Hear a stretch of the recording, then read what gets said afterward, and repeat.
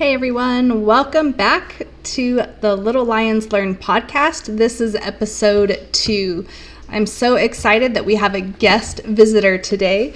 Her name is Kristy Crandall, and she is the author of the Science of Homeschooling.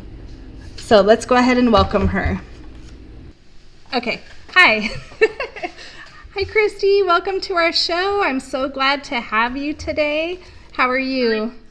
I'm good. Thanks so much for having me. This Awesome. is exciting. Yes, I'm very excited.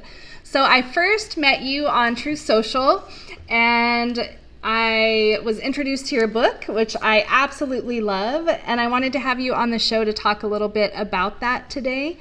Are you able to tell us a little bit about yourself and your background with homeschooling? Sure. I'm really glad you love the book. That makes me really happy because obviously that's what you want when you invest a lot of time into something. And this project was really dear to my heart because my husband and I were both homeschooled, and now we're homeschooling our 5 kids.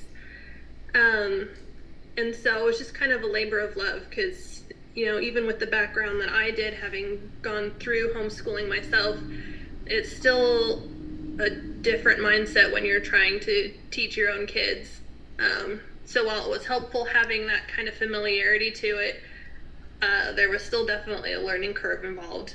And it's scary, and I was scared when I started homeschooling. So,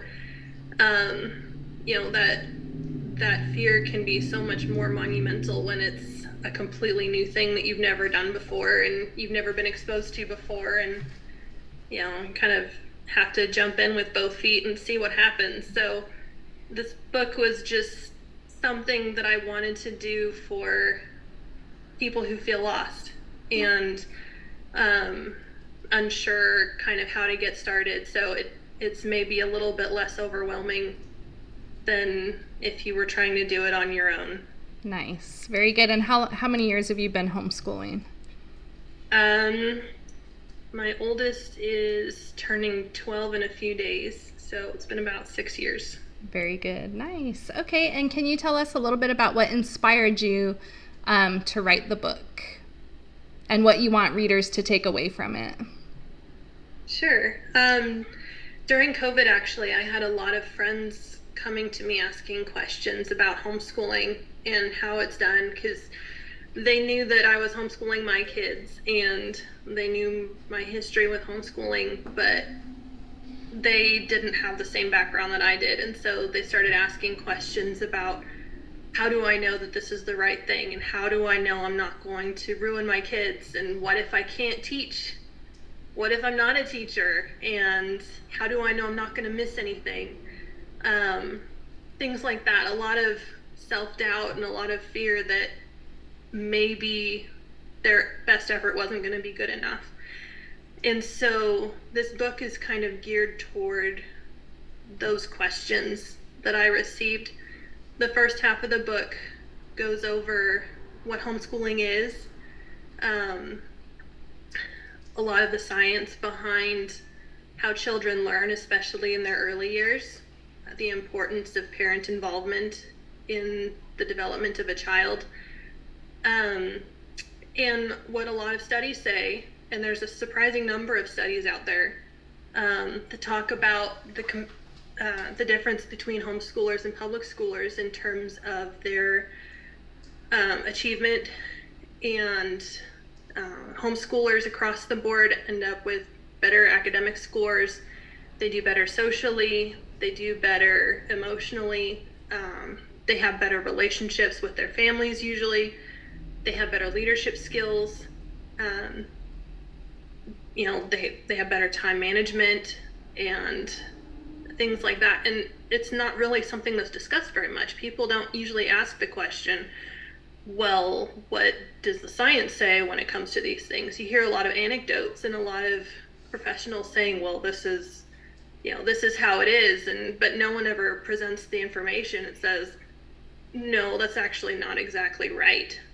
But it's not because it doesn't exist. So the book is a compilation of all that information for parents to give them reassurance, and it's something that parents can give to those people in their life who are skeptical about homeschooling. And it's just a resource, and it's meant to empower parents so they can know that they're doing the right thing, and so that they can share it with others, because having that support is important, and it's not the be all and end all. You can do it on your own, but having other people on board is a huge plus if you can have it. For sure. And again, it's not that the information doesn't exist. It's just a lot of people haven't seen the information. So that's the first half of the book. And then the second half of the book goes into different kinds of homeschooling, resources for homeschoolers, and it has testimonies for new homeschoolers from homeschoolers who are a little bit more seasoned. Nice. Very good. Thank you. And I think the second part of the book, I mean, I love the whole book, but the second part is what really helped me, just coming from, because I am an educator, so coming from a public school to homeschool, it was really fun to read all the different types of learning methods or teaching methods, I guess, that go into homeschooling. So I really enjoyed that a lot, that piece of it. It was kind of fun for me to delve into it a little bit more too, because I knew there were different options, but researching the book, I had to kind of think through the differences between all the different options, and different ones have different strengths over others, and it's not that one is better than the other necessarily, but you can definitely tell where some people, depending on their learning style and their experiences, they may like one thing over another. So it's kind of fun to see it separated out into different options that you can choose from. Yeah, for sure. I like that a lot. Okay, so I guess a couple other questions for you, if you don't mind. One of them is, I think you kind of touched on this a little bit, but some of the common misconceptions or myths that homeschooling, may have that you address in your book.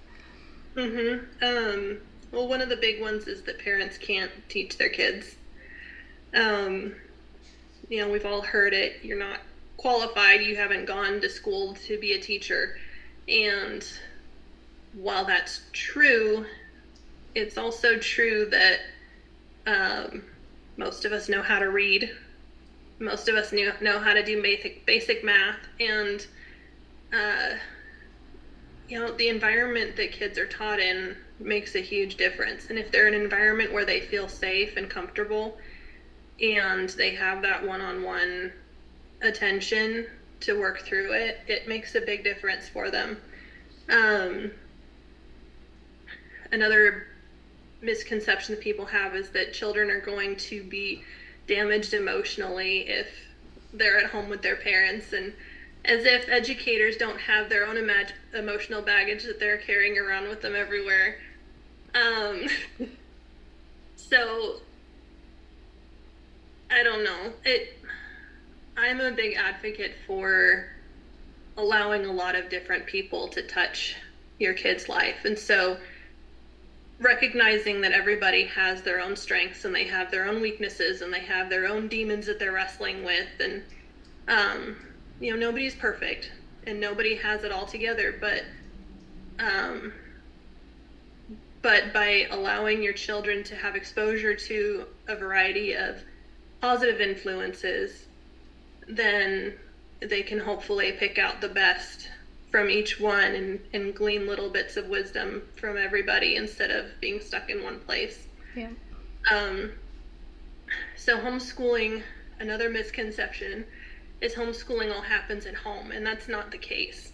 Homeschooling means that the parent is the facilitator for the education that happens, and that can look like different things. Some families do most of it at home. Some of them do co-ops or other things during the week. It really depends. We like to go on a lot of outings together as a family and explore, and with little kids that can mean going to a park or going hiking or whatever you want it to be. It can be an adventure. It doesn't have to be something that's really strenuous and agonizing for everybody. It can be fun, and it goes a lot faster, and it's a lot more enjoyable that way. So I think those are the main ones that cover in the book. Very nice. Thank you for sharing that with us. I love how you talk about, helping those parents that are a little nervous about teaching their kids, because I come across that all the time as well. I don't know how to do the math, or I don't know how to do, something, maybe a more advanced subject, but I've always really thought that, I learn every day of my life, and there's nothing wrong with learning along with your child, or, helping them to learn how to learn independently is really important too. So. Yeah. Well, and another one actually is, it doesn't have to take all day, especially in the younger years. It can be an hour or two, and every day can be different. So, and parents who homeschool and work, a lot of them do a little bit of school in the evening with their kids instead of during the daytime. So it really is flexible, and it can fit the needs of your individual family. Nice. So it's not one size fits all. That's the best part, I think. All right. And then I think my final question for you is, what advice do you have for parents who are considering homeschooling as an educational option for their children? Any advice? I say do it. Nice. I definitely think you need to give it a try. Also, give yourself time to figure it out. You don't have to have it all figured out right away. And in my book, I talk about deschooling after public education, and I think that's important for everybody.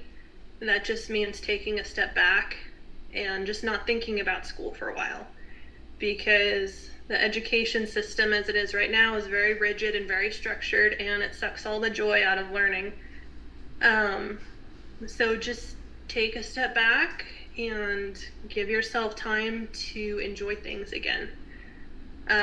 For some, that may look like taking up art or learning an instrument or whatever, but if you think about it, a lot of those things are a part of learning anyway, but it's just a different mindset. It's something that you can take pleasure in instead of a task that needs to be done. And I think that's important for parents too, as they're transitioning to homeschool, and especially if you haven't spent a lot of time with your child and you're kind of trying to figure out who they are and get to know them better. The first thing you need to do is just work on developing your relationship with them and getting to know them again, and then you guys can move forward with learning in a more structured way. But it's okay to not know all the answers right away, and it's okay to try something, and then if it doesn't work, try something else. We get this idea in our head that if we're not doing something that can be calculated, that we're falling behind, and that's not really how it works. That's what we're told, but that's not how it works, because studies show that learning, it happens a lot faster, and it's retained a lot more if it's done from an environment of fun and curiosity and something that the child is pursuing out of interest and a desire to know it, instead of something that they're trying to memorize to get through a test. So yeah. Nice. Give each other grace. Love it. I think that's so important. Awesome. Well, thank you so much. I really appreciate you coming and talking to us about your book, and I hope everybody will give it a try. You can buy it on Amazon, and I'll put the link down below, and also to your website. I'll put your website on there down below. Awesome. Thank you so much for having me. Yes, thank you for coming. Appreciate you. You too.